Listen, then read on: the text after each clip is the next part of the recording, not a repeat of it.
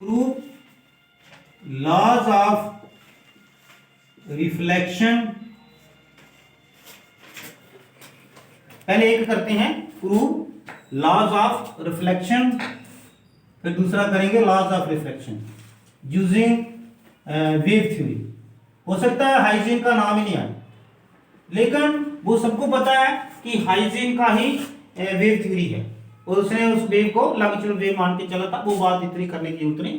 तो wave theory का मतलब जो होता है कि आपने वेव फ्रंट बना के समझाना है। तो उसके लिए देखो, मैं सबसे पहले आपको एक डायग्राम बना के बताता हूं, तो जिसमें आपको फटोफट पता चल जाएगा रिफ्लेक्शन कैसे होती है। तो इसका कैसे हल मैं करता हूं क्वेश्चन का। तो देखिए रिफ्लेक्शन कैसे बनानी है, डायग्राम को बड़े ध्यान से देखिए। डायग्राम ही है और बिल्कुल छोटा सा क्वेश्चन है, उसके बाद रिफ्लेक्शन करेंगे। जी हम एक ले लेते हैं, जैसे मिरर ले लिया, आपकी मर्जी है। मिरर क्या होता है, जिसमें लाइट रिफ्लेक्ट होती है। ऐसे करके डायग्राम बनाएंगे तो बड़ा अच्छा लगेगा जी आपको। तो इसमें आपने इसका नाम जो है कोई भी डालो, नाम नहीं भी डालोगे कोई फर्क नहीं पड़ेगा।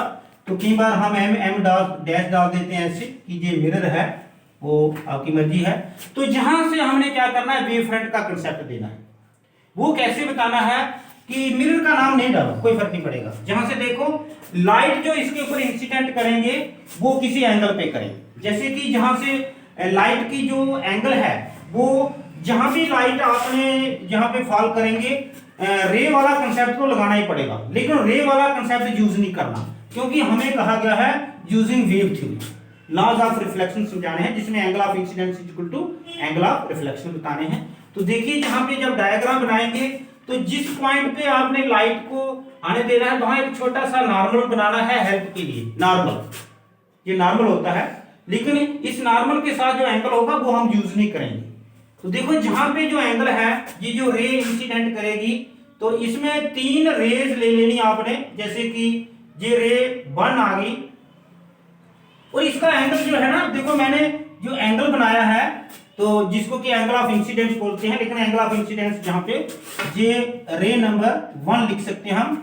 ये पाथ एक दिखा दिया आपने, और जहां पे रे स्ट्राइक करेगी उस पॉइंट का नाम आप ए लिख सकते हैं।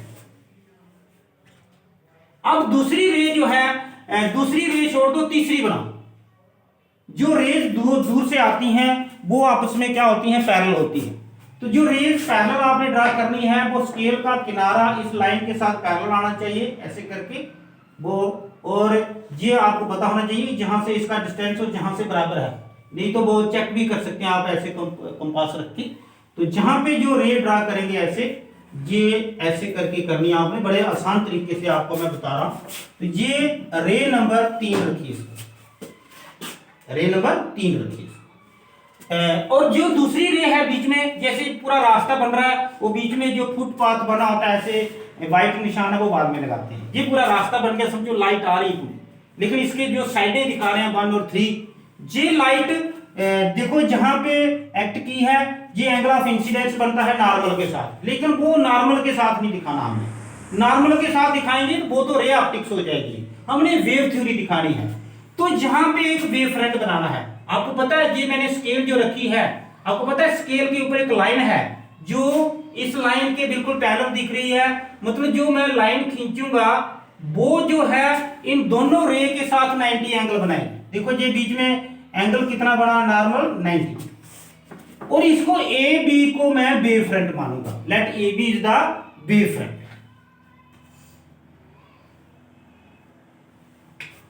और ये वेव फ्रंट जो है एंगल जो बनाता है, एंगल ऑफ इंसिडेंस यहां बनाता है, angle of incidence.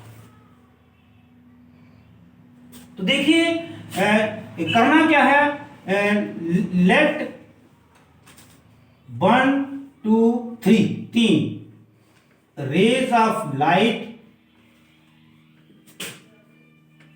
Fall on wave front A B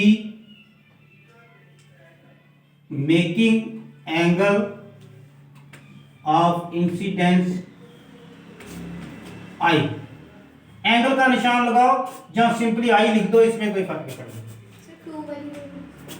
2 वाली बाद में बनानी है, लिख लो आप। 2 वाली बना लेता हूं अगर आपको कोई टेंशन आ रही है। बिल्कुल सेंटर में करके ना जो फुटपाथ पे बिल्कुल सेंटर उसका डिसाइड करके तो ऐसे ऐसे करना है, क्योंकि उसका काम कोई नहीं है, वो ऐसे बीच में लाइन जाएगी कि वो बिल्कुल सेंटर नहीं इसका बना, तो इधर कर लेते हैं थोड़ा इसको ऐसे करके। तो ये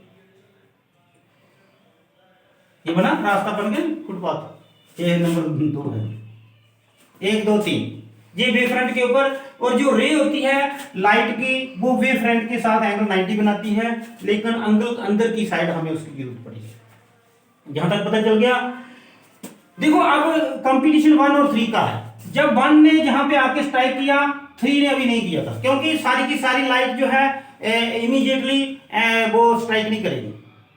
लाइट का ये पूरा बंडल है, इसमें नंबर ऑफ रेज हैं, लेकिन जब एक पार्ट ने दिखाया तो दूसरी लाइट, तीसरे लाइट नंबर कहां होगा वो उसका डिसाइड करना पड़ेगा।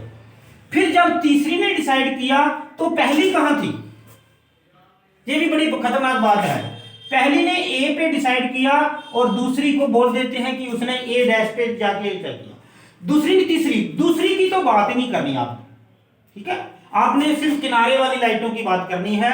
जब 1 ने स्ट्राइक किया तो 3 कहां थी, वो तो वेव फ्रंट, क्योंकि वेव फ्रंट का रेज के साथ 90 एंगल है। यही कंसेप्ट है वेव थ्योरी और कुछ भी नहीं है। लेकिन अब जब 3 ने डिसाइड किया उस वक्त पहली कहां थी, पहली पता कहां थी, पहली रिफ्लेक्ट होकर उधर जा रही थी। कैसे, जैसे इसने नॉर्मल के साथ इधर एंगल बनाया ना, वही सेम एंगल आपको उधर बनाना पड़ेगा, वही सेम एंगल आपको उधर बनाना पड़ेगा। कंपास से मेजर कर लेते हैं, नहीं तो गलती हो जाएगी। तो ये जो आई है इसको थोड़ा मैं साइड में कर लेता हूं, और ये कंपास से आपको देखना पड़ेगा कि इसका पॉइंट कहां आ रहा है। ये जो, नहीं तो गलती भी हो सकती है, ये तो गलती के चांस भी हैं। तो ये कंपास कहाँ रखी थी हमने, जहां पे देखिए कंपास का इस्तेमाल करते हैं, जहां पे देखिए, नहीं तो हम इसका रफ आईडी भी लगा दिए, ऐसे है ना, ऐसे ऐसे करके यहां से ऐसे। तो बेटा जी जो है यहां से एंगल देखना है कितना है, वही सेम एंगल आपको उधर रखना है। ये देखो जहां से ऐसे देख रहा हूं ना एंगल ऐसे, तो सेम एंगल आपको जहां रखना है, क्योंकि एंगल इधर से देखा जाएगा, इधर से। तो जो, क्योंकि वो रूल तो आपको याद रखना पड़ेगा, नॉर्मल के साथ एंगल इंसिडेंस था, वो अलग बात है कि हम वेव फ्रंट के साथ आई दिखा रहे हैं, लेकिन उसका यूज तो रहेगा। अब वो रे जो है वो रे जो है नंबर 1 वो इस डायरेक्शन में जा रही होगी, इस डायरेक्शन में।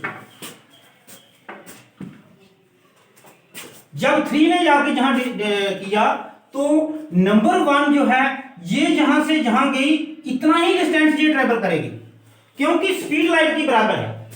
अगर जहां से जहां इसने ct डिस्टेंस ट्रेवल किया है आफ्टर टाइम t, तो जब ये जहां से जहां चल रही थी, ये लाइट जब जहां से जहां चल रही थी, तो ये वाली कहां चल रही थी, ये जहां से जहां बराबर, ये कंपास से जहां स्केल का भी यूज कर सकते हैं, क्योंकि जितना डिस्टेंस इतने जहां से बी पॉइंट से जहां तक ट्रेवल किया, उस टाइम पे ये लाइट जहां से जहां ये हम मेजर कर रहे हैं, ये मैंने जो निशान लगाया है, ये आपने देखा है निशान, ये फिर मैं लगा देता हूं, ये है यहां से जहां जितनी लेंथ ये है, यही सेम लेंथ आपको जहां रखना पड़ेगा। ऑलमोस्ट ये पॉइंट जो है ना ये बराबर आते हैं, ये पॉइंट जो है ना बिल्कुल बराबर हाइट बनती है। ये आगे पीछे बनेगी तो समझो ये एंगल का फर्क है, अगर आगे पीछे बनेगी तो थोड़ा एंगल का फर्क मुझे दिख रहा है, थोड़ा सा इसको और करना पड़ेगा। ये पॉइंट बड़ा इंपॉर्टेंट है, क्योंकि इस पॉइंट की हाइट और जहां से हाइट बराबर आनी चाहिए वो आती है बराबर। तो ये जो लेंथ है ना, ये 3 नंबर लाइट जहां से जहां जब ट्रेवल कर रही थी, ये जहां से बराबर लेंथ ट्रेवल करेगी, क्योंकि इसका भी डिस्टेंस ct होगा, स्पीड इनटू टाइम। तो मैं दोबारा जी चेक करता हूं, देखो ये जहां से जहां तक लाइट है, और ये बेटा ध्यान से देखिए, ये पॉइंट जहां आया तो ऑलमोस्ट उसकी हाइट में आ गया। तो ये a डैश है तो इसको b डैश बोलूंगा। तो ये लेंथ जो है ये भी ct, ये दोनों बराबर होंगी। जो लेंथ a डैश b होगी वही लेंथ a b डैश होगी, क्योंकि एयर में लाइट की स्पीड बराबर होती है, टाइम भी बराबर लगेगा। जब ये लाइट जहां से जहां जा रही थी, ये लाइट उस वक्त जहां से जहां गई थी, और इसका जहां पे वेव फ्रंट भी बिल्कुल सही बनेगा अगर उसकी लेंथ भी बराबर आ गई। देख लो जहां पे कॉर्नर 90 बना ना दोबारा, अगर हाइट बराबर आएगी तो एंगल भी 90 आएगा। जब ये राइट आफ्टर रिफ्लेक्शन यहां जा रही थी, ये दोबारा उसके पैरेलल चल पड़ेगी। नंबर 3 आपने बात नंबर 3 और नंबर 1 की करनी है, बाकी किसी की बात मत करो। तीसरी सेंटर वाली लाइन जो है ये 1 थी, जो 1 डैश होगी, देखो प्लेस लग गया, 3 ऊपर थी 3 नीचे हो गई। आपको पता है लाइट टेल एम्बुलेंस के ऊपर क्यों उल्टा लिखा होता है? क्योंकि जब रिफ्लेक्शन होती है तो उल्टा दिखता है।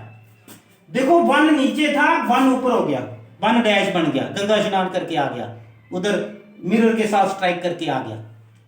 एम डैश या इसको मिरर बोल सकते हैं, इधर डैश